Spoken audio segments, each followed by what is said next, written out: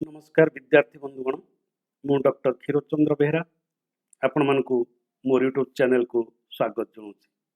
विद्यार्थी बंधुगण गत अध्याय रे आमे विशिष्ट चिंतानायक दार्शनिक चित्तरंजन दासଙ୍କ प्रबंध संपर्क रे आलोचना करथिले। आपण मानक अनुरोध क्रम रे आज पुणी मु डॉक्टर गोलक बिहारी धड़ଙ୍କ प्रबंध संपर्क रे आलोचना करुछि। ये आलोचना को मु आपण मानकु समस्त को हार्दिक स्वागत जनाऊँ। कृतज्ञता जनाऊँ आपण माने आपण मानकर परामर्श प्रदान करुछंती। तेणु यही कार्यक्रम रे आपण मानकर जो सहयोग रही से सहयोग निमित्त मु आउ थरे आपण मानकु हार्दिक अभिनंदन जणाइबा सहित कृतज्ञता अर्पण करुछि। मो यूट्यूब चैनल को डॉक्टर क्षीरचंद्र बेहरा यूट्यूब चैनल को जदि कौन विद्यार्थी बंधु सब्सक्राइब कर न थांती ताहले दयाकरी सब्सक्राइब करेंगे, यह मोर एकांत अनुरोध। विद्यार्थी बंधुगण आसंतु से विशिष्ट भाषा विज्ञानी डॉक्टर प्रोफेसर गोलक बिहारी धड़ଙ୍କ प्रबंध संपर्क जानिबा, तांको जीवनी संपर्क जानिबा, तांकर कृतित्व संपर्क जानिबा। गोलक बिहारी धड़ 1921 मसीहा डिसेम्बर 15 तारिख दिन ढेंकानाल जिलार गंजेडिहा ग्राम रे जन्मग्रहण करथिले। से 1974 मसीह यह धाम त्याग करथिले। गोलक बिहारी धड़ଙ୍କ पिताଙ୍କ नाम भोलेश्वर धड़, माता जाह्नवी देवी। से 1951 रे लंडन रु एमए पास करिया परे 1952-55 रे गंगाधर मेहर कॉलेज, 1955 रु 1958 आग्रा विश्वविद्यालय रो हिंदी विभाग रे अध्यापना करथिले। तापरे से रेवेन्सा कॉलेज रे ओडिया विभाग रो मुख्य भाव रे कार्य करथिले। 1972 रु से ओडिया विभाग रो प्रोफेसर हेतिले। तांकर प्रकाशित पुस्तक गुड़िक होची अमेरिका अनुभूति 1952, लंडन चिट्ठी 1952, मनीषर भाषा 1953 मसीहा, पेटर पवन पाटिर कथा 1955, पेट की हवा मुही की बात 1958, इंग्रेजी उच्चारण शिक्षा 1963 मसीहा, गांधीजी और भाषा समस्या 1969 मसीहा, ध्वनि विज्ञान 1974 मसीहा, भाषाशास्त्र परिचय 1976 मसीहा, ओडिया केबे 1963 मसीहा। यह व्यतीत से प्रेमचंद्रंकर गोदान और प्रेमासम को अनुवाद करछंती एवं गोदान रो अनुवाद निमित्त 1960 मसीह से ओडिशा साहित्य एकाडेमी पुरस्कार प्रदान करछंती। जने विशिष्ट शिक्षाविद, विशिष्ट भाषा विज्ञानी, विशिष्ट नागरिक चिंतानायक भाव से निजर व्यक्तित्वर परिचय प्रदान करछंती। तेणु से रचना करथिबा प्रबंध गुड़िक पुस्तक आकार जो बाहरी से होची विचार आलोचना, गांधीजी और भाषा समस्या, मनीषर भाषा, ओडिया केबे। यही 4टी प्रबंध पुस्तक को आमे आज एठारे आलोचना करिबा। तांकर विचार आलोचना होची प्रथम प्रबंध पुस्तक। यह 1966 मसीह प्रकाशित होईची एवं यही प्रबंध पुस्तक रे तांकर मोट 24टी प्रबंध रही। मन रखंतु विचार आलोचना 1966 मसीह प्रकाशित होईची। यह तांकर प्रथम प्रबंध पुस्तक एवं एथिरे मोट 24टी प्रबंध रही। ये प्रबंध गुड़िकर शीर्षक हीपरी रामराज्य और रामायण, गाँ गहल रे स्वाधीनतार बालीबस्ता और खाली बस्ता, स्वाधीन जातिर नूतन मूल्यबोध, स्वाधीनता शिक्षा और शिक्षक, शिक्षा साधना और श्रृंखला, स्वाधीन देशर शिक्षा चिंता, बासन धोई मध्य विश्वविद्यालय डिग्री, रॉकेट और रिसर्च, जाति योजना और विशेषज्ञ, कलिकता 15, नदी 10 थर, शिक्षा शासन संस्कृति और स्वाधीनता, व्यस्त कहीं, नमस्कार सार रुहतु मु आसुची, आम पुस्तक संसार, साहित्य सम्मिलनी समालोचना लेखक और प्रकाशक, निश्चित स्वाधीनतार अनिश्चित भाषा, ओडिशा दुर्दशा एवं ओडिशा को न हो, हिंदी हिंदुस्तान ओडिया ओडिशा, इंग्रेजी अवस्था भी दिने एया थिला, ओडिशा ओडिया भाषा और भाषा आंदोलन, स्वागत शिक्षा कमिशन, पंचायती राज और मातृभाषा, रूस देश रे भाषा प्रगति और प्रेरणा, विज्ञानर भाषा और विज्ञानर प्रसार। तेणु ये जो आम शीर्षक गुड़िक देखिलु ए शीर्षक किछि रोची प्रबंध आउ किछि रोची रम्य रचना, जेमती व्यस्त कहीं ये हूँ रम्य रचना। नमस्कार सार रुहंतु मु आसुची ये हूँ रम्य रचना। तेणु अन्य गुड़िक जेते रॉकेट और रिसर्च, स्वाधीन देशर शिक्षा चिंता, शिक्षा साधना और श्रृंखला, ये सब गुड़िक हूँ गोटे गोटे प्रबंध। तेणु प्रबंध और रम्य रचना उभय से लिखुंट एवं अतीत सहित वर्तमान संस्कृति, सामाजिक विकास, प्रगति, सभ्यता ये सब कथा को से गभीर अनुशीलन कर, कारण इंग्लैंड रे पाठ पढ़ी, विदेश रे रही, बहु विज्ञानी शिक्षाविद का सहित तांकर संसर्ग आसी, से अनुसार तांकर ज्ञानर जो उत्तरण घटी, विकास घटी, से ज्ञानर उत्तरण और विकास तथा प्रज्ञादीप्त अनुशीलन को आमे तांकर प्रबंध मानक मध्य प्रबंध गुड़िक मध्य देखा पाई था।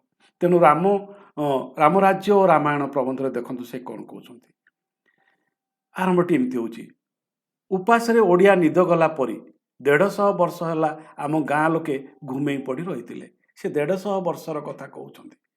सहर बजार रे रेल मोटर चलुला, डाकतार चलुला, बिजुली बत्ती जलुला, कोठा महल उठुला, सते जमती बेल पाचिले काउर की जाए, गाँ लोकर से किसी जाए आसे नथिला। निज भाग्य को नहीं से पड़ी रही, पुलिस पियादा अमीन हाकिम केही केबे गाँ गहल को ओह्लाइले से जानुले सर्वमय सरकार अच्छा, जातिर जीवन स्रोत सहित संपर्क से तेणु साधारण जनता, साधारण गाँ लोके प्रगति सहित, व्यवस्था सहित, राजनीति सहित, अर्थनीति सहित कौन सी भाव में जड़ित नथिले भारत वर्ष एवं ओडिशा रे।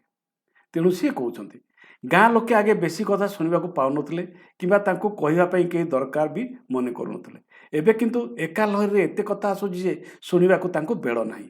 संजे सकाळे रेडियो और अन्य बेले गाँ गहल रे रामराज्य बांटुवा हाकिम मानकर कंठ रेकर्ड, ये रामराज्य कथा आसिला। योजना सभ्यतार नूतन परिवेश मध्य ओडिया भाषा रे रामराज्य बांटिबा एक नूतन इडियम रे परिणत हेलानी। तार अर्थ होची टूर पकाई लाभ उठाइबा, ये हूँ रामराज्य बांटिबा। लोके जेते कथा शुणुचंती तार खूब कम अंश कार्य करने चेष्टा करथंती, ता छड़ा जेतिकी करछंती सेतिरे तांकर प्राण नाही किंबा विश्वास नाही। ग्रामीण अर्थनीति, भारतीय समाज व्यवस्था, भारतीय राजनीतिक व्यवस्था, भारतीय प्रगति, ये समस्त कथा को से तांकर प्रबंध गुड़िक आलोचना करछंती। से योजना संपर्क रे स्वाधीनता पर भारत रे जो योजना है, पंचवार्षिक योजना है, राम राज्यर स्वप्न देखा जाइए, से कथा को से नहीं कहते। कनक्लूजन उपसंहार से कहते मोट उपर योजना बा संप्रसारण खाली बाहर कथा नुहे, पैसा पत्र किंबा जीप और जाल कागजर खेल नुहे, ताहा जनतार अंतर आह्वान कथा। सेतिपई एपरि वायुमंडल सृष्टि करने को हम जो जनतार जुग जुगर विश्वास परिपुष्ट हम, मनुष्य मनुष्य को विश्वास करने बाध्य हम। हाकिमातीर कागजी जाल गढ़ा योजना फासरे चतुर ग्रामवासी पड़ो ना। आदर्श और विश्वास आकर्षण ही तांको जय करा जाई पारे। सुना पितल चिन्हवा लोक आउ समय लगुना। रामराज्य गढ़िया हेले रामायणर आदर्श सृष्टि करने को हेब। तेणु रामायणर प्रासंगिकता केते रही से कथा से आलोचना कर परवर्ती प्रबंधटी गाँ गहल रे स्वाधीनतार बालीबस्ता और खाली बस्ता। देखंतु कि चमत्कार से प्रबंधर शीर्षक गाँ गहल रे स्वाधीनतार बालीबस्ता और खाली बस्ता। कौन कहते से शुणु।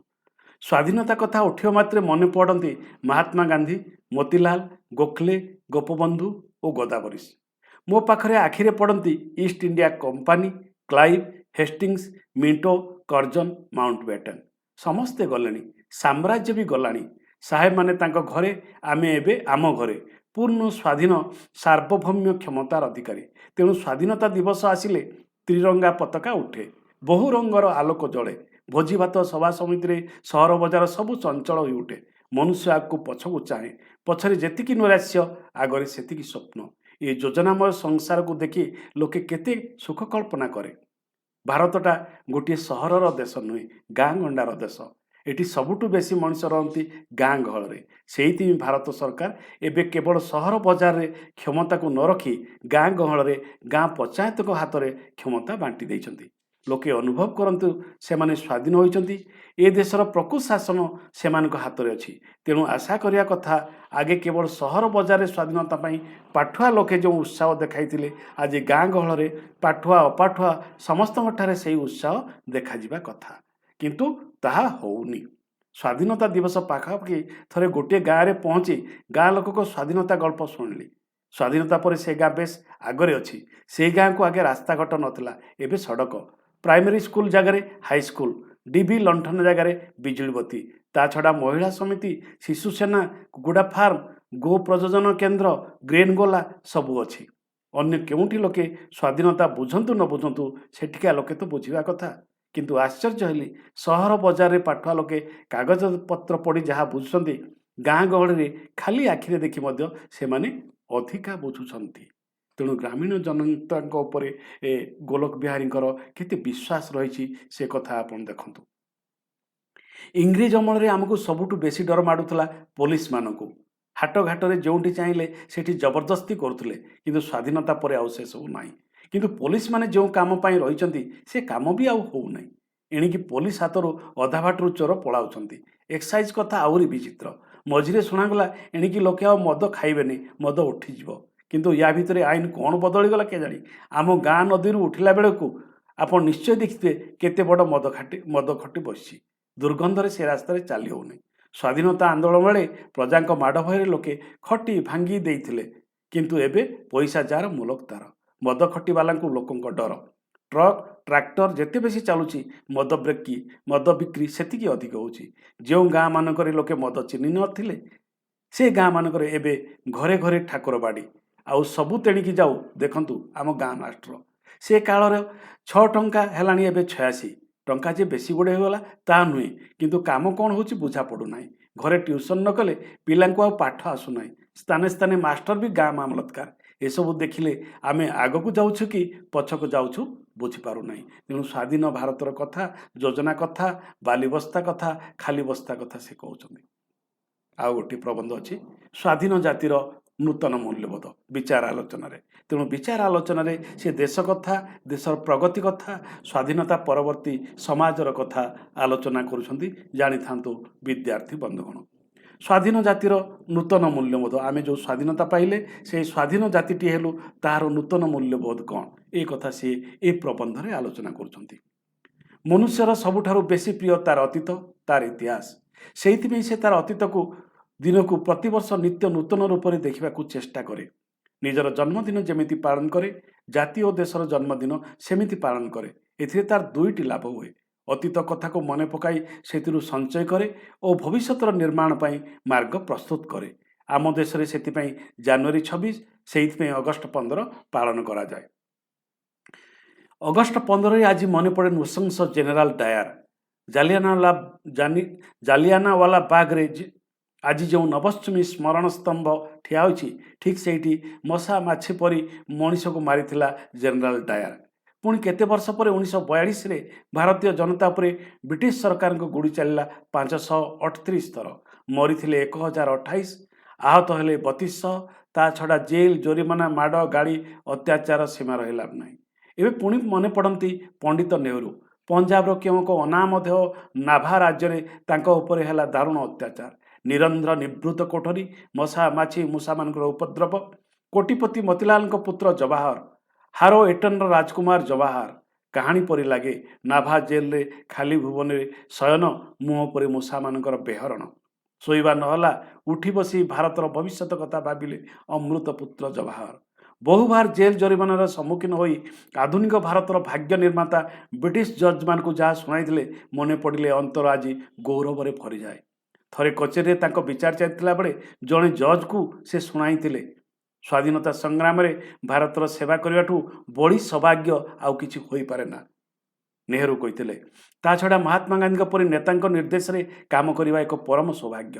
देशर पूर्ण स्वाधीनता पाई लडू लडू देश पाई आत्मबଳି देवाठाରୁ अधिक गौरव आउ मनुष्यर कौन थाईपरे।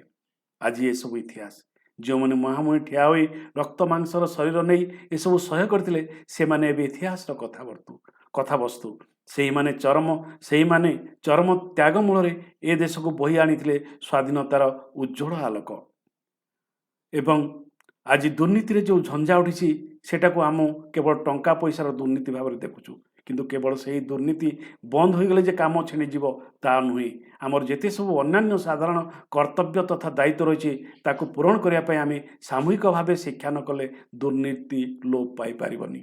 दुर्नीतिर कारण स्वरूप अनेक कहते कर्तव्यर अवहेला तथा समयानुवर्तितार अभाव।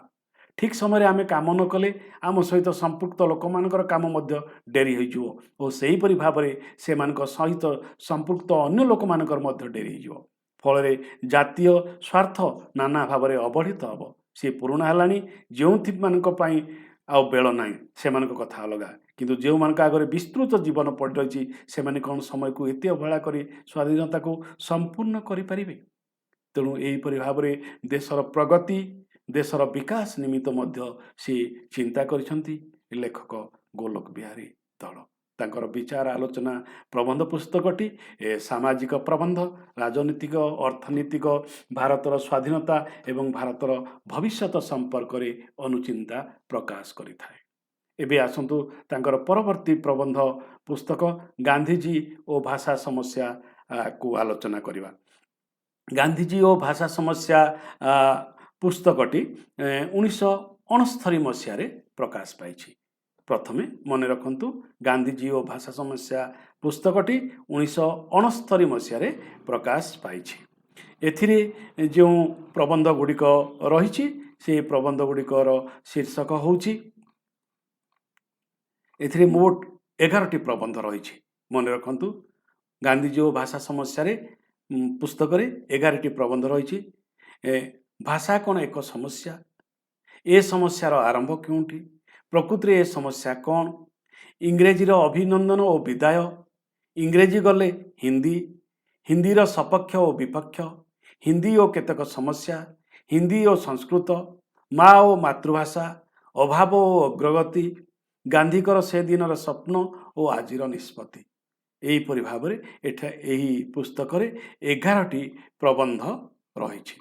तेणु भाषा कौन एक समस्या प्रबंध से कौन कहते मनुष्यर समस्या तो अनेक अच्छी तेज भाषा पुणी कौन एक समस्या प्रकृति भाषा विचार कले मन हुए सते जमी भाषा केवल आजिर समस्या नुहे कि जुगर समस्या नुहे बरं सृष्टिर आरंभ यह एक समस्या रूपे छिड़ा होइछि और मनुष्य से ही समस्या को समाधान करने जुग जुग धरी चेष्टा कर भाविले आश्चर्य लगे सबू मनीष समान समस्ते आखिरे देखती कान शुणती जीभरे कथा कहती अथच समस्ते समान कथा कहती ना पार्टी रे पवन रे समस्ते कथा कहते किंतु समस्त कथा समान नुहे ओडिया कथा बंगला नुहे हिंदी कथा उर्दू नुहे कि इंग्रेजी कथा रूस नुहे प्रकृति सब मनीष जे एक प्रकार कथा कहूना नुहे प्रकृति सब मनीष जे एक प्रकार कथा कहूना ताकू ही नहीं समस्या सृष्टि होची भाषा को जदि मनीष खाली मामूली कथबार्तार व्यवहार करता ताहले बोधहुए एत समस्या सृष्टि होता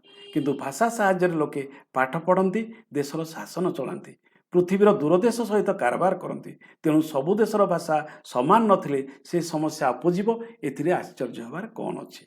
तेणु भाषा समस्या कौठू आरंभ है देखु 1967 मसीहा डिसेम्बर मासरे दिल्ली लोकसभा जितेबाला यह भाषा प्रश्न उठिला सेतेबेले 8 दिन पर्यंत यही विचार चलिला दीर्घ 35 घंटा काल पार्लियामेंट रे पाटितुंड और नाना प्रकार हट्टगोल चलला से ही दिनू यही प्रश्न नहीं देश में भयंकर वाद विसंवाद चली एणे दिल्ली बनारस लखनऊ अलाहाबाद आग्रा और बंग सीमारू बीतस्ता नदी पर्यंत बन्नी जलुछि हिंदी प्रेमी लोके कहते इंग्रेजी को ए देश में आम सिंहासन में रखाई देबू ना इंग्रेजीर छाई पर्यंत से आखिरे जाऊना इंग्रेजी रे जेते जोटी साइन बोर्ड अच्छी गाड़ी मानक जेते इंग्रेजी नंबर प्लेट अच्छी एमती कि पुलिस मान पोशाक जो इंग्रेजी अक्षर अच्छी से सब भांगी रुझी पोड़ी जाली लोके होली जालुंट विश्वविद्यालय डिग्री नेला बेले छात्र मैंने जो साहेबी कला पोशाक पिंधती और सेठी इंग्रेजी रे जो वक्तृता हुए अनेक विश्वविद्यालय छात्र मैंने ताकू मध्य जबरदस्त बंद कर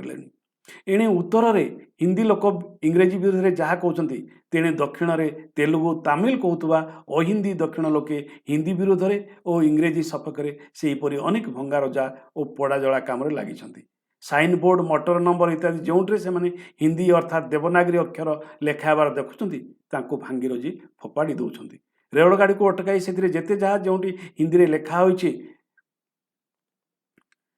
ताकू लिभाई तापर कला बड़ी ताकू छाड़ुंट खाली सेतिक नुहे मंदिर में जो संस्कृत श्लोक लेखाई ताकू लिभाई पकाउं हिंदी भाषा और देवनागरी अक्षर उपर राग करी समस्त भारतर पुराणा भाषा संस्कृत उपर भी चढ़ाऊ कर एवं मांद्राज सरकार मध्य लोकंकु एथिरे एक प्रकार साहाय्य करछंती और भारत में नाही नथिबा कार्य से करछंती मांद्राज राज्य हिंदी शिक्षा को संपूर्ण रूप उठाई देछंती और एनसीसी प्यारेड रे हिंदी रे निर्देश दिया जाए बोली एनसीसी कार्यक्रम उठाई देछंती दक्षिण भारत में बांगलोर में मध्य सेहीपरि हिंदी विरोधी आंदोलन चली जदियो रेडियो संवाद जना पड़े बांगालोर में यही परिस्थिति भी 35,000 छात्र छात्री हिंदी परीक्षा देछंती मंत्री गादी रे थाई जेल दंड पाइबा परे आम देश में भारी नुआ कथा किंतु 2 वर्ष तले भाषा आंदोलन बेले दिल्ली रे यही कथा घटीला उत्तर प्रदेश 2 जन मंत्री हिंदी सपक्ष दिल्ली रे सत्याग्रह कर जेल दंड पाइले और लोकसभार दर्शक मंचर जड़े युवक हिंदी सपक्ष लिखिथिबा विडाई कागज लोकसभा भितर को फिंगी दंड पाइथिले तेणु भाषा जे भारत वर्ष रे आज एक बड़ समस्या होई आम आगे ठिया होइछि एथिरे संदेह नाही तेणु भाषा संपर्क रे से आलोचना करछंती एवं से परवर्ती प्रबंध से कहते ए समस्यार आरंभ केउठी तेणु ए कथा जाइकी से गांधी उक्ति को उद्धृत करछंती गांधी कहते मु भावुची मोर भाषा योजना शुणी आपण माने परिहास करिवे नाही पूर्ण स्वराज पई गोटे स्वाधीन भाषा योजना नित्यांत दरकार गोटे भारतीय भाषा हेउ ए कथा गांधी चाहिए निजे गोलक बिहारी लिखुंट विदेशी मान हाथों देश को स्वाधीन कर प्रश्न जो दिन उठिला भाषा प्रश्न प्राय से दिन उठिला आउ थे कहीदे मन रखु विद्यार्थी बंधुगण विदेशी मान हाथों देश को स्वाधीन कर प्रश्न जो दिन उठिला भाषा प्रश्न प्राय से दिन उठिला कारण देश को स्वाधीन करने जो मैंने नेता हो बाहरती से मैंने एका एका देश को स्वाधीन करती नहीं से माने जनता को नहीं काम करती तेणु लोकों सांगरे रही काम करने को हेले लोकों भाषा रे कथा कहवा सबुठु सुविधा से रूस जननायक स्टालिन थरे कही आम आम लोकों सहित से निज भाषा रे कथबार्ता करवा प्रकृति पृथ्वी रे छोट बड़ जेते स्वाधीन देश अच्छा समस्ते निज भाषा रे पाठ पढ़ती निज भाषा रे शासन चलाती रूस रे चले रूस भाषा जापान रे चले जापानी और चीना रे चीना इंग्लैंड रे इंग्रेजी और इज्राएल रे हिब्रू मनीष जितेबले जाए घर गोड़ काढ़ी न थाए से पर्यंत निज भाषार आनंद उन्मादना किंबा आवश्यकता किसी बुझी न थाए किंतु घर बाहरी विदेश गले सेठी निज भाषा शुणिले से जो आनंद और आत्मीयता अनुभव करे ताही तार निज भाषार प्रकृत मूल्य निज भाषार ध्वनि तार प्राण को जेपरि स्पर्श करे विदेशी भाषा ताहा करिपारे नहीं तेणु जननायक माने अनेक समय लोकभाषा शिक्षा करते विनोबाजी ए बयस 74 वर्ष बयस मध्य भाषा शिक्षा करती और दरकार हेले प्रादेशिक भाषाभाषी लोकों सहित से भाषा कथबार्ता करती दूर विदेश जो गोरा पाद्री माने आसी ए देशर लोक मानक ख्रीष्ट धर्म रे दीक्षित करुछंती सेमानकर प्रधान अस्त्र लोकमानकर भाषा से माने प्रथमे स्थानीय लोकों भाषा को आयत्त करी परे सेमानकु सही भाषा रे शिक्षा देउथवारु सहजरे लोके सेमानकर धर्म ग्रहण करनियंती तेणु भाषा समस्या से कहते बेलगांव कांग्रेस रे गांधी 1924 मसीह यही प्रश्न उठाई यथार्थ कहते पूर्ण स्वराज पई गोटे स्वाधीन भाषा योजना नित्यांत दरकार कोईपरे आज आमर शक्ति नाही किंतु इच्छा अछि तो अत्यंत आज आम मैंने यही दिगरे चिंता करवा उचित किंतु देश लोकों मोरे देशी भाषा फुटाइवाई गांधीजी जो आंदोलन आरंभ करते नाना कारण ए देशर समस्या हो रही तेणु गांधीजी और भाषा समस्या को से गभीर भाव विश्लेषण करी भारतर प्रादेशिक स्तर में जो भाषा गुड़िक रही तार अस्तित्व संपर्क में एवं भारत में किपरि गोटे भाषा संभव नुहे ताकू से यही पुस्तक आलोचना करिसेंती। परवर्ती प्रबंध पुस्तक आलोचना करिबा ए प्रबंध पुस्तकटीर नाम होउची मनीषर भाषा। मनीषर भाषा ये पुस्तकटी 1956 प्रकाशित होइछि मन रखंतु। तेणु आम अन्य प्रबंध पुस्तक गुड़िक अपेक्षा यह हूँ सर्वप्राचीन तांकर प्रबंध पुस्तक मनीषर भाषा 1956 मसीह यह प्रकाशित होइछि। एथिरे थिबा प्रबंध गुड़िक शुणु। एथिरे मोट 17टी प्रबंध रही मनीषर भाषा प्रबंध रे 17टी प्रबंध भाषा ओडिया भाषा रे इंग्रजी प्रभाव अर्थ माने कौन बनान विभ्राट भाषार नूतन सृष्टि मनीषर मुंड व्यथा व्याकरण हीराकुद भाषा शरीरर शब्द कहवा कथार व्यथा आपण केतोटी भाषा जानती आधुनिक दुनिया रे भाषा समस्या मनीष तैयारी भाषा एस्पारंटो हस्ताक्षर विज्ञान अनुवाद इंग्राजी भाषा रे भारतीय प्रभाव फिलोलॉजी फोनेटिक्स लिंग्विस्टिक्स ओडिशा रे प्रचलित भाषा और उपभाषा यहीपरि से अनेक 17टी प्रबंध भाषा संपर्क रे रचना करिसेंती एवं सेही पुस्तकटर नाम होउची मनीषर भाषा। भाषा संपर्क रे से कहउचंती मनुष्य सिना जीभरे कथा कहे किंतु आखिरे कौन कथा कहे आशा और भाषा उभय भी आखिरे प्रकाश करे पुणी खाली आशा नुहे गोपन आशा भी समस्ते जानती आशा को प्रकाश करिया पई भाषा तैयारी अवश्य भाषा माने मुख निश्रुत भाषा जथा भ्रमरर गुंजन पक्षीर कूजन गाईर अम्बा और मनीषर बाक्यंत्र नियंत्रित ध्वनि शब्द वाक्य जावत किछि किंतु भाषाविद मानक मतरे मन कथा प्रकाश करिया पई जे कोनसी उपाय अवलंबन कले ता भाषा। तेणु भाषार जे विराट बड़ संज्ञा से कहउचंती मन कथा प्रकाश करिया पई जे कोनसी उपाय अवलंबन कले ता भाषा। तेणु ठार भी होची भाषा मुंड हलेबाटा भी होची भाषा। तेणु पाटी न फिटाई पान खंडे दे चली गले भी से भाषा बोली कहउचंती। देखंतु भाषाविद गोलक बिहारी दल भाषार संज्ञा निरूपण पाई कहउचंती पाटी न फिटाई पान खंडे दे चली गले भी से भाषा। आउ केतक कहती जदि जड़े लोक अतर लगाई पकेटरू रुमाल काढ़ी बुले और अन्य लोक तहिरु किसी संकेत पाए तेबे से अतर लगा से रुमाल धरा मध्य वैज्ञानिक दृष्टि भाषा बोली विचार करिवार कथा।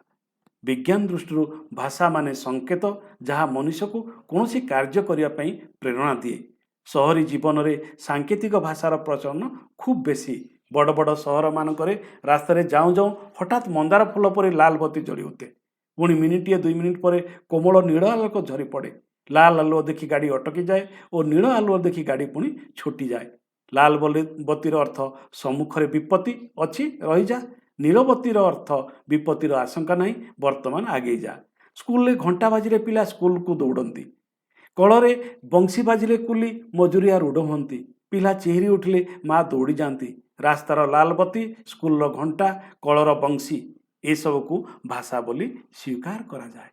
तेणु देखंतु भाषार बृहत्तर परिस्थिति कथा परिपार्श्व कथा बा परिसीमा कथा आलोचना करुछंती भाषाविद गोलक बिहारी दल। तेरे आमी आउ गोटे दुईटी तांकर गभीर अन्वेषण अनुशीलन कथा ई मनीषर भाषा प्रबंधरू आमे आलोचना करिबा। अर्थ माने कौन पूर्वर कहुई अर्थ भाव निर्माण पूर्वर कहुई प्रत्येक शब्दर आक्षरिक अर्थ आमे व्यवहार करूना अभिधान प्रदत्त अर्थ चूड़ांत बा शेष अर्थ नुहे अर्थर परिवर्तन आंकुचन संप्रसारण प्रवृत्ति आमे माने देखि सारिछे। भाषा तत्वविद माने आधुनिक मत जे सब प्रकार अर्थर विचार कॉन्टेक्स्ट ऑफ सिचुएशन बा पारिपार्श्विक अवस्था पर निर्भर करे। तेणु जेकोसी शब्दर अर्थ पारिपार्श्विक व्यवस्था अवस्था पर निर्भर करे। कॉन्टेक्स्ट ऑफ सिचुएशन बहिरे कहले निम्नलिखित विषय गुड़िक विचार करिवार कथा किए कहूची और काहाकू केउं देश केउं काल और केउं घटना कहुई अभिव्यक्ति पाई की प्रकार उपाय अवलंबन करा जायछि कथित भाषा लिखित भाषा मुद्रा ठार बा अन्य किछि गोटे नित्यांत साधारण शब्दर अर्थ विचार करा जाओ यथा खाऊछि अभिधान आड़ेले दंत जुआ ओष्ठ प्रभृति चालन द्वारा चर्बन और गणधकरण कार्य सूचना मिलिव मात्र निम्नलिखित उदाहरण मानकरे ए अभिधान अर्थ कार्यकारी होई परिबने यह सहजे प्रतिपन्न हब से मने मने पान खाऊछि ଏଇଥର ପୁଅ ଖାଇବ ଯେ, ସେ ଭାରି ଆଦର ଖାଉଛି।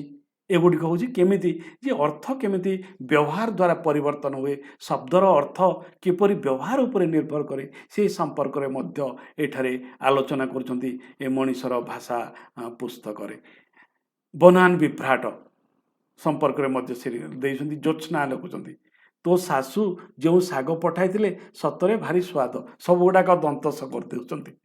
ସେ ଯଦି କାଲି ଆସନ୍ତି ତେବେ ମୁଁ ତାଙ୍କୁ ସାଥିରେ ତୋ ଘରକୁ ଯିବି। ଏମିତି ଆଜିଠାରୁ ଆରମ୍ଭ କରି 18 ବର୍ଷ ପର୍ଯ୍ୟନ୍ତ, ନିମ୍ନ ପ୍ରାଥମିକରୁ ଆରମ୍ଭ କରି ନବମ ଶ୍ରେଣୀ ପର୍ଯ୍ୟନ୍ତ 6 ଜଣ ଛାତ୍ରଙ୍କୁ ଶ୍ରୁତଲେଖନ ପରୀକ୍ଷା ପାଇଁ ଉପରୋକ୍ତ ପତ୍ରଟି ଦେଖାଗଲା, ମାତ୍ର 16ଟି ଭୁଲ ହୋଇଛି। ତେଣୁ ଆମର ବନାନ ବିଭ୍ରାଟ କିପରି ରହିଛି ଏବଂ ବନାନ କିପରି ଶୁଦ୍ଧ ହେବ, ସେ ସମ୍ପର୍କରେ ବନାନ ବିଭ୍ରାଟ ପ୍ରବନ୍ଧରେ ସେ ଆଲୋଚନା କରିଛନ୍ତି। ତେବେ ମୁଁ ଜାଣିବା ପାଇଁ ଚାହିଁବି ଆପଣମାନଙ୍କୁ ଯେ ଶେଷ ପ୍ରବନ୍ଧ ଯିଏ ଓଡ଼ିଶାର ଉପଭାଷା କଥା ସେଥିରେ ସେ ଲେଖିଛନ୍ତି, ସେ ପ୍ରବନ୍ଧଟିକୁ ଆମେ ଟିକେ ଆଲୋଚନା କରିବା। କାରଣ ଆପଣମାନେ ଅନେକ ସମୟରେ ଭାଷା ଉପଭାଷା ସମ୍ପର୍କରେ ମଧ୍ୟ ନିଜର ସଂଶୟ ପ୍ରକାଶ କରିଥାନ୍ତି ଓ ଏହା ମଧ୍ୟ ଆମର SSB ପାଠ୍ୟକ୍ରମରେ ରହିଛି। ତେଣୁ ଗୋଲକ ବିହାରୀ ଧଳଙ୍କର ମତରେ ଉପଭାଷା କ'ଣ, ଭାଷା କ'ଣ, ଆଞ୍ଚଳିକ ଭାଷା କ'ଣ, ସେ ସମ୍ପର୍କରେ ଆମେ ଟିକେ ବିଶ୍ଳେଷଣ କରିବା ବା ତାଙ୍କ ମତକୁ ଜାଣିବା। ଇଂରେଜୀ ଭାଷାରେ ଭାରତୀୟ ଭାଷାର ପ୍ରଭାବ ଏ କଥା ସିଏ ଆଲୋଚନା କରୁଛନ୍ତି, କିନ୍ତୁ ଆମେ ଶେଷ ପ୍ରବନ୍ଧଟିକୁ ଯିବା।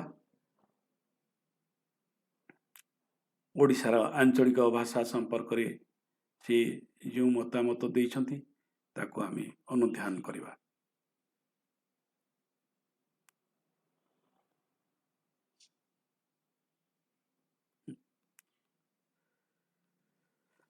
ଓଡ଼ିଶାରେ ପ୍ରଚଳିତ ଭାଷା ଓ ଉପଭାଷା କ'ଣ କହୁଛନ୍ତି ଶୁଣନ୍ତୁ ଧ୍ୟାନର ସହିତ। କୌଣସି ଦେଶ ବା ରାଜ୍ୟରେ ପ୍ରଧାନତଃ ଗୋଟିଏ ଭାଷା ପ୍ରଚଳିତ ଥିଲେ ଭାଷାର ପାଖେ ପାଖେ ଅନ୍ୟାନ୍ୟ ଅପ୍ରଧାନ ଭାଷା ଓ ଉପଭାଷା ମଧ୍ୟ ବ୍ୟବହୃତ ହୋଇଥାନ୍ତି। ଇଂଲଣ୍ଡର ଭାଷା ଆମେ ଇଂରାଜୀ ବୋଲି ଜାଣୁ, ମାତ୍ର ସ୍କଟଲ୍ୟାଣ୍ଡ ଓ ୱେଲ୍ସରେ ଯେଉଁ ଭାଷା ବ୍ୟବହୃତ ହୁଏ ତାହା ଲଣ୍ଡନ ବା ଅକ୍ସଫୋର୍ଡ ଇଂରାଜୀ ଠାରୁ ଭିନ୍ନ। ହିନ୍ଦୀ ଭାଷୀ ରାଜ୍ୟରେ ଅନେକ ଲୋକ ସ୍ଥିର ଭାବରେ ଜାଣନ୍ତି ନାହିଁ ପ୍ରକୃତ ହିନ୍ଦୀର ସ୍ୱରୂପ କ'ଣ। ମାତ୍ର ଖୋଡ଼ି ବୋଲି ଉପଭାଷା ଯାହା ଦିଲ୍ଲୀ ଓ ମିରଟ ଆଖପାଖରେ କୁହାଯାଏ ତାକୁ ହିଁ ହିନ୍ଦୀର ଷ୍ଟାଣ୍ଡାର୍ଡ ରୂପ ବୋଲି ଧରାଯାଉଛି। ମାତ୍ର ହିନ୍ଦୀରେ ଅନେକ ଉପଭାଷା ରହିଛି। ଠିକ୍ ସେହିପରି ଓଡ଼ିଶାର ଭାଷା ଓଡ଼ିଆ। ଏହା ଯେ କେବଳ ଓଡ଼ିଶା ସୀମା ଭିତରେ ଆବଦ୍ଧ ତାହା ନୁହେଁ। ଓଡ଼ିଶା ବାହାରେ ଏହା ବଙ୍ଗ, ବିହାର, ମଧ୍ୟପ୍ରଦେଶ, ଆନ୍ଧ୍ରପ୍ରଦେଶ ପ୍ରଭୃତି ରାଜ୍ୟରେ ମଧ୍ୟ ବହୁ ସଂଖ୍ୟକ ଲୋକଙ୍କ ଦ୍ୱାରା ବ୍ୟବହୃତ ହୁଏ। ଆମେମାନେ ଯାହାକୁ ଓଡ଼ିଆ ବୋଲି କହୁ, ବିହାର ଓ ବଙ୍ଗଳାରେ ତାକୁ ଓଡ଼ିଆ ବୋଲି କହିଥାନ୍ତି। ଓଡ଼ିଶାରେ ଓଡ଼ିଆ ଭାଷାର କେତେକ ଉପଭାଷା ଓ ସେମାନଙ୍କ ଛଡ଼ା କେତେକ ସ୍ୱତନ୍ତ୍ର ଭାଷା ବ୍ୟବହୃତ ହୋଇଥାଏ। ଅନେକ କାରଣରୁ ଓଡ଼ିଶାର ବହୁ ଦିନରୁ ବହୁ ଅଣଓଡ଼ିଆଙ୍କର ବାସସ୍ଥଳ ରହିଛି। ତା ଛଡ଼ା ଓଡ଼ିଶାର ବଣ ଜଙ୍ଗଲରେ ଓଡ଼ିଶା ଜନତାର 1/5 ଆଦିବାସୀ ରହିଛନ୍ତି। ସେମାନଙ୍କର ମାତୃଭାଷା ଓଡ଼ିଆ ଭାଷାର ଭିନ୍ନ। ଏହି ପ୍ରବନ୍ଧରେ ଓଡ଼ିଶାର ଭାଷା ସମ୍ବନ୍ଧରେ ଯେଉଁ ଟିପ୍ପଣୀ ଦିଆଯାଇଛି ତାହା ଆଦୌ ସମ୍ପୂର୍ଣ୍ଣ ନୁହେଁ, ଯେହେତୁ ଏପର୍ଯ୍ୟନ୍ତ ଓଡ଼ିଆ ଭାଷାର ସଠିକ୍ ସର୍ଭେ ହୋଇପାରିନାହିଁ। ଗ୍ରିୟର୍ସନ୍ ଯେଉଁ ରିପୋର୍ଟ ଦେଇଛନ୍ତି ତାହା ଅତି ମାମୁଲି। ଓଡ଼ିଶାର ଭାଷା ଉପଭାଷା ସମ୍ପର୍କରେ କୌଣସି ବିଶିଷ୍ଟ ସରକାରୀ ତଥ୍ୟ ଏପର୍ଯ୍ୟନ୍ତ ସଂଗୃହୀତ ହୋଇନାହିଁ। ତଥାପି ଓଡ଼ିଶାରେ ବ୍ୟବହୃତ ବିଭିନ୍ନ ଭାଷା ସମ୍ପର୍କରେ ଏକ ସଂକ୍ଷିପ୍ତ ଟିପ୍ପଣୀ ଉପସ୍ଥାପିତ କରାଯାଇଛି। ସମୁଦାୟ ଓଡ଼ିଶାରେ କଥିତ ଭାଷାମାନଙ୍କୁ କେତୋଟି ବିଶିଷ୍ଟ ବିଭାଗରେ ଅନ୍ତର୍ଭୁକ୍ତ କରାଯାଏ। ଇଣ୍ଡୋ ୟୁରୋପିଆନ୍ ଓଡ଼ିଆ, ବଙ୍ଗଳା, ହିନ୍ଦୀ, ଗୁଜରାଟୀ, ମାରୁଆରୀ, ଛତିଶଗଡ଼ୀ, ଇଂରାଜୀ। ଇଣ୍ଡୋ ଏରିଆନ୍ ଉର୍ଦ୍ଦୁ, ଦ୍ରାବିଡ଼, ଅଷ୍ଟ୍ରିକ୍। ଏହିପରି ଭାବରେ ତାପରେ ସେ କହୁଛନ୍ତି ଷ୍ଟାଣ୍ଡାର୍ଡ ଓଡ଼ିଆ ଭାଷା ସାରା ଓଡ଼ିଶାର ଲୋକେ ବୁଝନ୍ତି, ମାତ୍ର ଓଡ଼ିଆ ଭାଷାର କେତେକ ଉପଭାଷା କେବଳ ସ୍ଥାନୀୟ ଲୋକଙ୍କ ଛଡ଼ା ଅନ୍ୟତ୍ର କେହି ବୁଝନ୍ତି ନାହିଁ। ଏହି ପ୍ରକାର ଏକ ବଳିଷ୍ଠ ଉପଭାଷା ସମ୍ବଲପୁରୀ। ଏହି ଉପଭାଷା ସମ୍ବଲପୁର, ସୁନ୍ଦରଗଡ଼, କଳାହାଣ୍ଡି, ବଲାଙ୍ଗୀର, ବୌଦ୍ଧ ପ୍ରଭୃତି ଅଞ୍ଚଳରେ ବ୍ୟବହୃତ ହୁଏ। ଏହି ଭାଷା ସଂସ୍କୃତ, ଓଡ଼ିଆ, ହିନ୍ଦୀ, ଛତିଶଗଡ଼ୀ ଓ ଆଦିବାସୀ ଭାଷାମାନଙ୍କ ମିଶ୍ରଣର ଏକ ମଧୁମୟ ଫଳ। ଏହି ଉପଭାଷା ବିଶେଷ ଭାବରେ ପ୍ରାଣବନ୍ତ ଓ ଶ୍ରୁତିମଧୁର। ଏହାକୁ ଶୁଣିଲା ମାତ୍ରେ ହିନ୍ଦୀର ବିଶେଷ ଭାବ ପ୍ରାଣବନ୍ତ ଓ ଶ୍ରୁତିମଧୁର ହୋଇଉଠେ। ଏହାକୁ ଓଡ଼ିଶାର ଉପକୂଳ ଅଞ୍ଚଳର ବହୁ ଦୂରରେ ରହି ଏବଂ ବହୁ କାଳ ପର୍ଯ୍ୟନ୍ତ ମଧ୍ୟପ୍ରଦେଶର ଅନ୍ତର୍ଭୁକ୍ତ ରହି ସମ୍ବଲପୁରୀ ଭାଷା ଏକ ସ୍ୱତନ୍ତ୍ର ରୂପ ଧାରଣ କରିଛି। ଟିକେ ତଳେ ଦେଖିଲେ ସଂସ୍କୃତ ଭାଷାର ପ୍ରଭାବ ଯେତିକି ଜଣାପଡ଼େ, ଆଦିବାସୀ ଭାଷାର ପ୍ରଭାବ ସେତିକି ଜଣାପଡ଼େ। ଆଦିବାସୀ ଭାଷାମାନଙ୍କର ପ୍ରଭାବ ଯୋଗୁଁ ସମ୍ବଲପୁର ଓ କୋରାପୁଟ ଓଡ଼ିଶାର ଦୁଇ ବିପରୀତ ପ୍ରାନ୍ତର ବହୁ ଦୂରରେ ଅବସ୍ଥିତ ଥିଲେ ମଧ୍ୟ ଉଭୟ ଭାଷାରେ ବହୁ ସମାନାର୍ଥକ ଶବ୍ଦ ଦେଖାଯାଏ। ସେହିପରି ସେ କହୁଛନ୍ତି ଓଡ଼ିଆ ଉପଭାଷାର ଅନ୍ୟ ଏକ ଉପଭାଷା ଦକ୍ଷିଣ ଓଡ଼ିଶାର କୋରାପୁଟ ଓ ଗଞ୍ଜାମ ଜିଲ୍ଲାରେ କୁହାଯାଏ। ଏହା ତେଲୁଗୁ ଓ ଓଡ଼ିଆ ମିଶ୍ରିତ ଏକ ଭାଷା। ଏହି ପ୍ରକାର ମିଶ୍ରଣ ଫଳରେ ଓଡ଼ିଆ ଭାଷାରେ ବହୁତ ଶବ୍ଦ ସ୍ଥାନ ପାଇଛି, ଯାହାର ମୂଳ ହେଉଛି ତେଲୁଗୁ। ଓଡ଼ିଆ ଭାଷାର ବିଶେଷ ଅଧ୍ୟୟନ ପାଇଁ ତେଲୁଗୁ ଭାଷା ଆବଶ୍ୟକ ମନେ ହୁଏ। ବହୁ କାଳ ପର୍ଯ୍ୟନ୍ତ ଗଞ୍ଜାମ ମାଦ୍ରାଜ ପ୍ରଦେଶ ସହିତ ମିଶି ରହିବାରୁ ଓଡ଼ିଆମାନଙ୍କୁ ତେଲୁଗୁ ପଢ଼ିବା ପାଇଁ ବାଧ୍ୟ କରାଯାଉଥିଲା। ଷ୍ଟାଣ୍ଡାର୍ଡ ଓଡ଼ିଆ, ସମ୍ବଲପୁରୀ ଓ ଗଞ୍ଜାମୀ ଓଡ଼ିଆ ପରସ୍ପରଠାରୁ ଏତେ ଭିନ୍ନ ଯେ ସେମାନଙ୍କୁ ଚିହ୍ନିବା ପାଇଁ କିଛି କଷ୍ଟ ନୁହେଁ। ଏ ଗଲା ଦକ୍ଷିଣ ଓଡ଼ିଶାର କଥା। କନ୍ଧ ଭାଷାଭାଷୀ କନ୍ଧ ଭାଷା ଏବଂ ଆଦିବାସୀ ଭାଷା ସମ୍ପର୍କରେ ସେ କହୁଛନ୍ତି। କନ୍ଧ ଭାଷାଭାଷୀ ଲୋକମାନେ ଗଞ୍ଜାମ, କୋରାପୁଟ ଓ ଫୁଲବାଣୀ ଅଞ୍ଚଳମାନଙ୍କରେ ରହନ୍ତି। ଓଡ଼ିଆମାନଙ୍କ ସହିତ ପରିବର୍ଦ୍ଧିତ ସମ୍ପର୍କ ହେତୁ କନ୍ଧମାନେ ନିଜ ଭାଷାର ଭାଷା ଛାଡ଼ି ଓଡ଼ିଆ ଭାଷା କହିବା ପାଇଁ ଆରମ୍ଭ କଲେଣି। ଏହା ଯେ କେବଳ କନ୍ଧ ଭାଷା ପ୍ରତି ପ୍ରଯୁଜ୍ୟ ତାହା ନୁହେଁ, ଓଡ଼ିଶାର ବହୁ ଅଞ୍ଚଳରେ ଏହା ଦେଖିବାକୁ ମିଳେ। ହିନ୍ଦୁମାନଙ୍କର ଗାଁ ପାଖରେ ରହିଥିବା ଆଦିବାସୀମାନେ କାଳକ୍ରମେ ନିଜ ଭାଷା ଛାଡ଼ି ଓଡ଼ିଆ ଭାଷା ଶିଖୁଛନ୍ତି। ତେଣୁ ସେ କହୁଛନ୍ତି ଯେ ଅର୍ଦ୍ଧ ଶତାବ୍ଦୀରେ କୁଇ ଭାଷା ଆଦିବାସୀମାନେ ସୁନ୍ଦରଗଡ଼, କଳାହାଣ୍ଡି, ଗଞ୍ଜାମ ଓ ପୁରୀ ଜିଲ୍ଲାମାନଙ୍କରେ ଦେଖାଯାନ୍ତି। ଜୁଆଙ୍ଗ ଓ ଭୂୟାଁବାସୀ ଲୋକେ କେନ୍ଦୁଝର ଓ ଢେଙ୍କାନାଳ ଜିଲ୍ଲାର ଅଧିବାସୀ। ସେମାନଙ୍କ ଭାଷା ମୁଣ୍ଡାରୀ ଭାଷା ସହିତ ସମ୍ପୃକ୍ତ ବୋଲି ଭାଷାବିତ୍ମାନଙ୍କର ମତ। ସୁନ୍ଦରଗଡ଼ ଜିଲ୍ଲାରେ ଓରାଙ୍ଗମାନଙ୍କ ସହିତ କିଷାନମାନେ ବସବାସ କରିବାର ଦେଖାଯାଏ। ଓରାଙ୍ଗ ଓ କିଷାନମାନଙ୍କ ଭାଷାରେ ସାମ୍ୟ ଅଛି ବୋଲି କେତେକ ଅନୁସନ୍ଧିତ୍ସୁ ସନ୍ଦେହ କରନ୍ତି। ମାତ୍ର ଏହି ପ୍ରକାର ସମ୍ପର୍କରେ ସିଦ୍ଧାନ୍ତ ପୂର୍ବରୁ ସବିଶେଷ ଗବେଷଣା ଆବଶ୍ୟକ। ତେଣୁ ସେ ଷ୍ଟାଣ୍ଡାର୍ଡ ଓଡ଼ିଆ ବାବଦରେ କହୁଛନ୍ତି ଓଡ଼ିଆ ସାହିତ୍ୟ ସାରା ଓଡ଼ିଶାର ପାଠକମାନଙ୍କର ପାଇଁ ଲେଖା ହେବ। ତାହା ସମ୍ବଲପୁରୀ କିମ୍ବା ଅଣସମ୍ବଲପୁରୀ ଭାଷାରେ ଲେଖା ନ ଯାଇ ଷ୍ଟାଣ୍ଡାର୍ଡ ଓଡ଼ିଆ ଅର୍ଥାତ୍ ସାର୍ବଜନୀନ ଓଡ଼ିଆ ଭାଷାରେ ଲେଖାଯିବା ଉଚିତ। କିନ୍ତୁ ଷ୍ଟାଣ୍ଡାର୍ଡ ଓଡ଼ିଆ ଭାଷାର ସାହିତ୍ୟ ସୃଷ୍ଟି କରିବା ସଙ୍ଗେ ସଙ୍ଗେ ଆଞ୍ଚଳିକ ଉପଭାଷାର ମଧ୍ୟ ସାହିତ୍ୟ ସୃଷ୍ଟି କରାଯାଇପାରେ। ତେଣୁ ଆଜିକାଲି ଆଞ୍ଚଳିକ ଭାଷାରେ ସାହିତ୍ୟ ସୃଷ୍ଟି କରାଯାଉଛି ଏବଂ ଆଞ୍ଚଳିକ ଭାଷାକୁ ଅତି ଗୁରୁତ୍ୱ ପ୍ରଦାନ କରାଯାଉଛି। ଏ ଥିଲା ଗୋଲକ ବିହାରୀଙ୍କର ଉପଭାଷା ସମ୍ପର୍କରେ, ଆଞ୍ଚଳିକ ଭାଷା ସମ୍ପର୍କରେ ଅଧ୍ୟୟନ ଓ ମତାମତ। ଏବେ ତାଙ୍କର ଅନ୍ୟ ଏକ ପ୍ରବନ୍ଧ ପୁସ୍ତକ ଓଡ଼ିଆ କେବେ ସମ୍ପର୍କରେ ଆଲୋଚନା କରିବା। ଓଡ଼ିଆ କେବେ ପୁସ୍ତକଟି ତାଙ୍କର 1963 ମସିହାରେ ପ୍ରକାଶିତ ହୋଇଛି ଏବଂ ଏଥିରେ ମଧ୍ୟ ଯେଉଁ ପ୍ରବନ୍ଧ ଗୁଡ଼ିକ ସ୍ଥାନିତ ହୋଇଛି ସେଗୁଡ଼ିକ ଓଡ଼ିଶାର ଜାତୀୟତା, ଭାଷା, ଶିକ୍ଷା, ରାଜନୀତି ସବୁକୁ ନେଇକି ରହିଛି। ଏବଂ ସେଥିରେ ଯେଉଁ ପ୍ରବନ୍ଧ ଗୁଡ଼ିକ ରହିଛି ତାର ଶୀର୍ଷକ ଏମିତି। ସେ ପ୍ରକୃତିରେ ଏହାକୁ 3ଟି ଭାଗରେ ବିଭକ୍ତ କରିଛନ୍ତି। ଓଡ଼ିଆ କେବେ ପୁସ୍ତକଟିକୁ ଇଂରେଜୀ, ହିନ୍ଦୀ, ଆଞ୍ଚଳିକ ଭାଷା। ଇଂରେଜୀ ଶୀର୍ଷକରେ ସେ ରଖିଛନ୍ତି ଭାଷା, ଜାତି, ଜାତୀୟତା, ଇଂରେଜୀର ଆଧିପତ୍ୟ, ଇଂରେଜୀ ପାଚେରୀ, ଅସ୍ଥିର ନୀତି। ହିନ୍ଦୀରେ ଲେଖିଛନ୍ତି, ହିନ୍ଦୀ ବିଭାଗରେ ରହିଛି ଇଂରେଜୀ ପରେ ଗାନ୍ଧୀ ଓ ହିନ୍ଦୀ, ହିନ୍ଦୀ ଉର୍ଦ୍ଦୁ ହିନ୍ଦୁସ୍ତାନୀ, ପ୍ରଚାର ଓ ପ୍ରତିବନ୍ଧ, ଲଡ଼କା ଜାତା ଲଡ଼କି ଜାତି ହେ, ନାଗରୀ ଓ ରୋମାନ ଲିପି, ଫୁଟାନି କି ଡିବିଆ ଓ କଣ୍ଠ କୌପନୀ, ହିନ୍ଦୀ ଓ ଦକ୍ଷିଣ, ହିନ୍ଦୀ ଓ ସର୍ବଭାରତୀୟ ସର୍ଭିସ, ହିନ୍ଦୀ ଘରେ ଓ ବାହାରେ। ଆଞ୍ଚଳିକ ଭାଷା ଶୀର୍ଷକ ରହିଛି। ଆଞ୍ଚଳିକ ଭାଷାରେ ସେ ଲେଖୁଛନ୍ତି ବଙ୍ଗରେ ବଙ୍ଗଳା, ମାତୃଭାଷା ଓ ଲୋକଶିକ୍ଷା, ଭାଷା ପ୍ରସ୍ତୁତି, ବିଜ୍ଞାନ ଶିକ୍ଷା ଓ ମାତୃଭାଷା, ସ୍ୱାଧୀନତା ପରେ ଆଞ୍ଚଳିକ ଭାଷା। ତେଣୁ ଭାରତୀୟ ଭାଷା ବ୍ୟବସ୍ଥା, ଭାଷା ବ୍ୟବହାରର ପରିସୀମା, ଅତୀତ ଓ ଭବିଷ୍ୟତ ସମ୍ପର୍କରେ ଓଡ଼ିଆ କେବେ ପୁସ୍ତକରେ ଆଲୋଚନା କରାଯାଇଛି। ତେଣୁ ଭାଷା, ଜାତି ଓ ଜାତୀୟତା ତାହାର ଶୀର୍ଷକ ଦେଇକି ଯେଉଁ ପ୍ରଥମ ପ୍ରବନ୍ଧ ଲେଖିଛନ୍ତି ସେଇଠୁ ଆମେ ଟିକିଏ ଆଲୋଚନା କରିବା।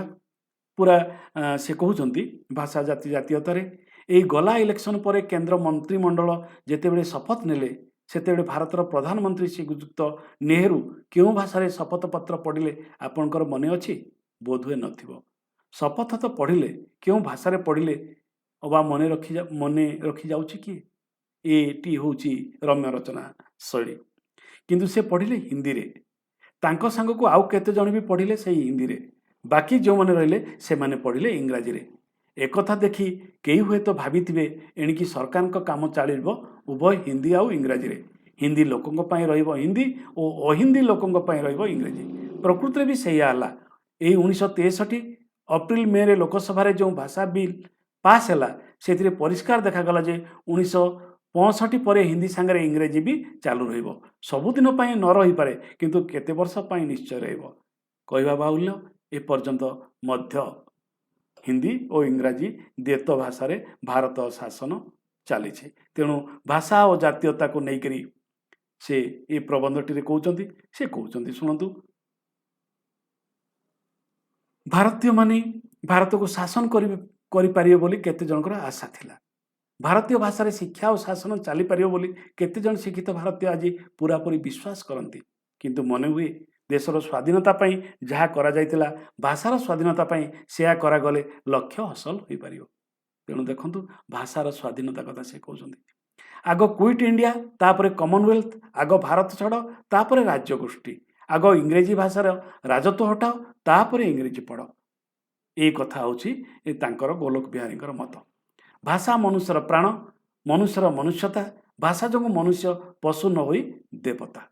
अति चमत्कार वक्तव्य जड़े भाषाविद कौन कहते शुणु आउ थे भाषा मनुष्यर प्राण मनुष्यर मनुष्यता भाषा जो मनुष्य पशु न होई देवता। देशर मुक्ति शरीर मुक्ति भाषार मुक्ति आत्मार मुक्ति जनता को केवल अन्न जल वस्त्र जोगाई विदेशी भाषा जल रे मुख कर रखिले तार आत्मा विकसित हुए नहीं। मुख तार निर्मम दुखरे ता मौड़ी पड़े से विकास पाई लोड़ा मातृभाषा जहाँ मातृस्तन संगे झरी आसी आत्मा सहित ओतप्रोत भाव में मिशी रहे। इथिरे जातीयता रही लेखकर देशात्मबोध रही अनन्य भाषा प्रीति रही। तेणु ये विशेषण गुड़ी को आपण मैंने भल भाव मन रखिए। ओडिया केबे पुस्तक से भाषा व्यवहार संपर्क में भारत में मनीष जाति संपर्क में एवं मनीषर मातृभाषा संपर्क में से आलोचना करुछंती। तेणु एहीपरि भाव में विभिन्न प्रबंध पुस्तक विभिन्न समस्या आलोचना करने सहित से प्रज्ञाशल विश्लेषण करुछंती। भारतीय शिक्षा व्यवस्थार भारतीय संस्कृतिर भारतीय प्रगतिर भारतीय अर्थनैतिक विकासर स्वाधीनता पर भारतर अवस्थार एवं सबुठ बड़ कथा तांको चिंतन रे भाषार स्वाधीनता एवं सबुठ आकर्षणीय दिग होची आंचलिक भाषा को सम्मान देवा मनीषर भाषा को सम्मान देवा ए संपर्क रे से तांकर गभीर विश्लेषण करछंती। विद्यार्थी बंधुगण से जड़े आधुनिक भाषा विज्ञानी इंग्लैंड भाषा विज्ञान रे गवेषणा करछंती अध्ययन करछंती एवं पृथ्वीर भाषा भारतर भाषा ओडिया भाषा संपर्क में तांकर गभीर ज्ञान रही। हिंदी भाषा रे भी गभीर ज्ञान रही। ध्वनि विज्ञान नामक भाषा विज्ञान नामक से पुस्तक हिंदी रे मध्य रचना करछंती। तेणु से भाषा विज्ञानिकर आमे तात्विक प्रबंध गुड़िक एठारे अनुशीलन कले। आजिर आलोचना एइठी रखुछि। नमस्कार, धन्यवाद।